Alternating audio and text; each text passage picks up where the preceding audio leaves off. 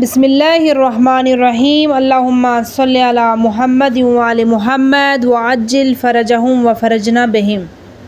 حدیث کسا کا اردو ترجمہ۔ جو کوئی شخص روز جمعہ یا شب جمعہ حدیث کسا کو پڑھے گا انشاءاللہ تسکین قلب اور خیر و برکت سے بہرہ مند ہوگا۔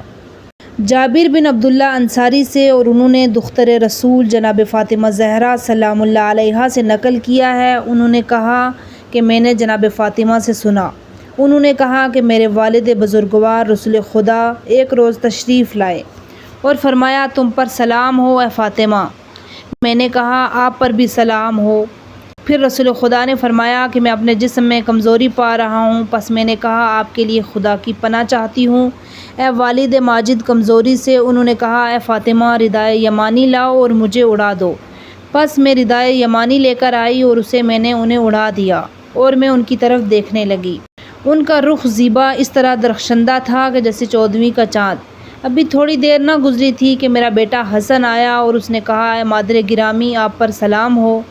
میں نے کہا تم پر بھی سلام اے میری آنکھوں کی ٹھنڈک اور میرے میوہ دل۔ اس نے کہا اے اماں میں آپ کے قریب ایسی خوشبو پا رہا ہوں جسے میرے نانا رسول خدا کی خوشبو ہو۔ میں نے کہا ہاں تمہارے نانا چادر کے نیچے آرام فرما رہے ہیں۔ حسن چادر کے پاس گئے اور کہا اے نانا اے رسول خدا آپ پر سلام ہو، مجھے بھی چادر میں داخل ہونے کی اجازت ہے؟ انہوں نے فرمایا تم پر بھی سلام اے میرے لال اے میرے حوض کے مالک تمہیں اجازت ہے۔ پس وہ چادر میں داخل ہو گئے۔ ابھی تھوڑی دیر نہیں گزری تھی کہ میرا بیٹا حسین آیا اور کہا سلام آپ پر اے مادر گرامی۔ میں نے کہا تم پر بھی سلام ہو اے بیٹے اے چشم اے میوہ دل۔ اس نے کہا اے اماں میں آپ کے نزدیک ویسی خوشبو پا رہا ہوں جیسی میرے نانا رسول خدا صلی اللہ علیہ وآلہ وسلم کی خوشبو ہے۔ میں نے کہا بے شک تمہارے نانا اور بھائی چادر کے نیچے ہیں۔ حسین چادر کے قریب گئے اور کہا سلام آپ پر اے نانا، سلام آپ پر اے منتخب پروردگار، کیا مجھے بھی اجازت ہے کہ میں آپ دونوں کے ساتھ چادر میں آ جاؤں؟ انہوں نے فرمایا تم پر سلام اے میرے لال اے میری امت کے شفیع، میں نے تم کو اجازت دی۔ تو وہ بھی ان دونوں حضرات کے ساتھ چادر میں آ گئے۔ اتنے میں ابو الحسن علی ابن ابی طالب تشریف لائے اور کہا سلام تم پر اے دختر رسول خدا۔ میں نے کہا آپ پر بھی سلام اے ابو الحسن اے امیر المومنین۔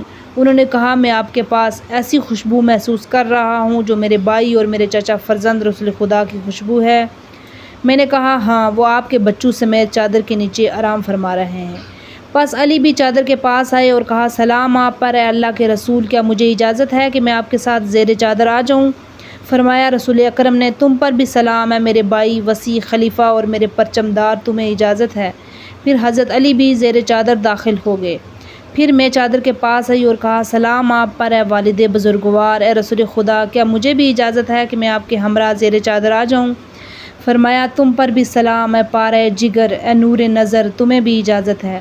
پس میں داخل چادر ہو گئی۔ پھر جب ہم سب کے سب زیر کسا جمع ہو گئے تو رسول خدا نے چادر کے دونوں گوشوں کو پکڑا اور اپنے دائیں ہاتھ سے آسمان کی طرف اشارہ کیا اور کہا خدایا اے میرے اہل بیت، میرے حوض، میرے عزیز، ان کا گوشت میرا گوشت، ان کا خون میرا خون۔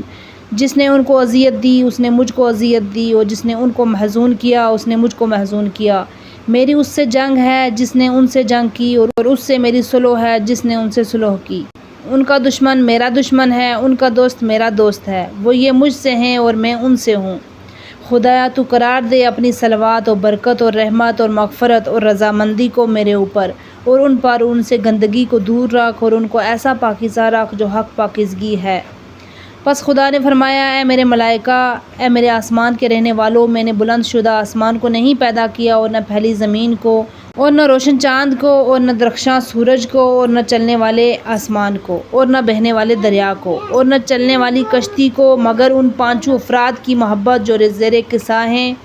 جبرائیل امین نے کہا اے پروردگار یہ کون زیر کسا ہے؟ فرمایا خداوند عزوجل نے یہ نبوت کے اہل بیت اور معدن رسالت ہیں، یہ فاطمہ، ان کے پدر بزرگوار، ان کے شوہر اور ان کے بچے ہیں۔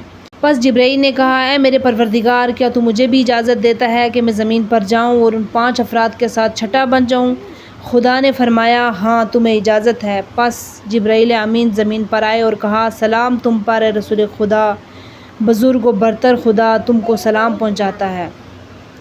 اور محبت و اکرام سے تمہیں مخصوص کرتا ہے، اور فرماتا ہے قسم ہے میری عزت اور میرے جلال کی، میں نے بلند آسمان کو نہیں پیدا کیا اور نہ پھیلی ہوئی زمین کو اور نہ روشن چاند کو اور نہ درخشاں سورج کو اور نہ چلنے والے آسمان اور نہ جاری دریا کو اور نہ رواں دواں کشتی کو، مگر تمہاری وجہ سے اور تمہاری محبت کی وجہ سے ہے، اور اس نے مجھ کو اجازت دی ہے کہ میں آپ کے ساتھ زیر قصا آ جاؤں۔ اے رسول خدا، کیا مجھ کو اجازت ہے؟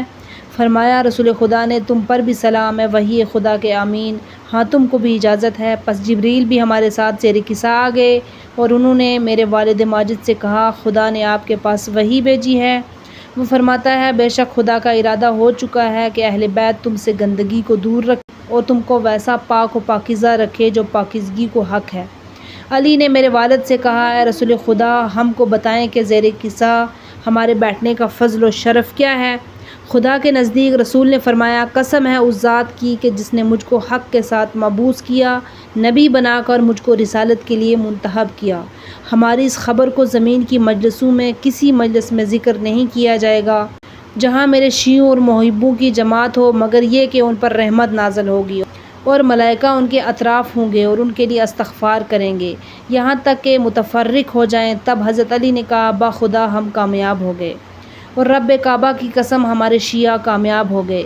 دوبارہ رسول خدا نے فرمایا اے علی قسم ہے اس کی کہ جس نے نبی برحق بنا کر مبعوث کیا اور رسالت کے لیے منتخب کیا، زمین کی محفلوں میں سے کسی محفل میں ہماری اس بات کا تذکرہ نہیں کیا جائے گا در ان حالی کہ اس میں ہمارے شیعہ اور محب بھی ہوں، مگر یہ کہ اس میں کوئی صاحب غم ہوگا تو اس کا غم خدا دور کرے گا، اور کوئی محزون ہوگا تو خدا اس کے حزن کو دور کرے گا، اگر کوئی طالب حاجت ہوگا تو خدا اس کی حاجت کو پورا کر دے گا۔ تو علی نے کہا با خدا ہم کامیاب اور سعید ہو گئے، اور اسی طرح ہمارے شیعہ کامیاب اور سعادت مند ہو گئے دنیا اور آخرت میں، پروردگار کعبہ کی قسم۔ اللہم صلی علی محمد وآل محمد وعجل فرجہم وفرجنا بہم۔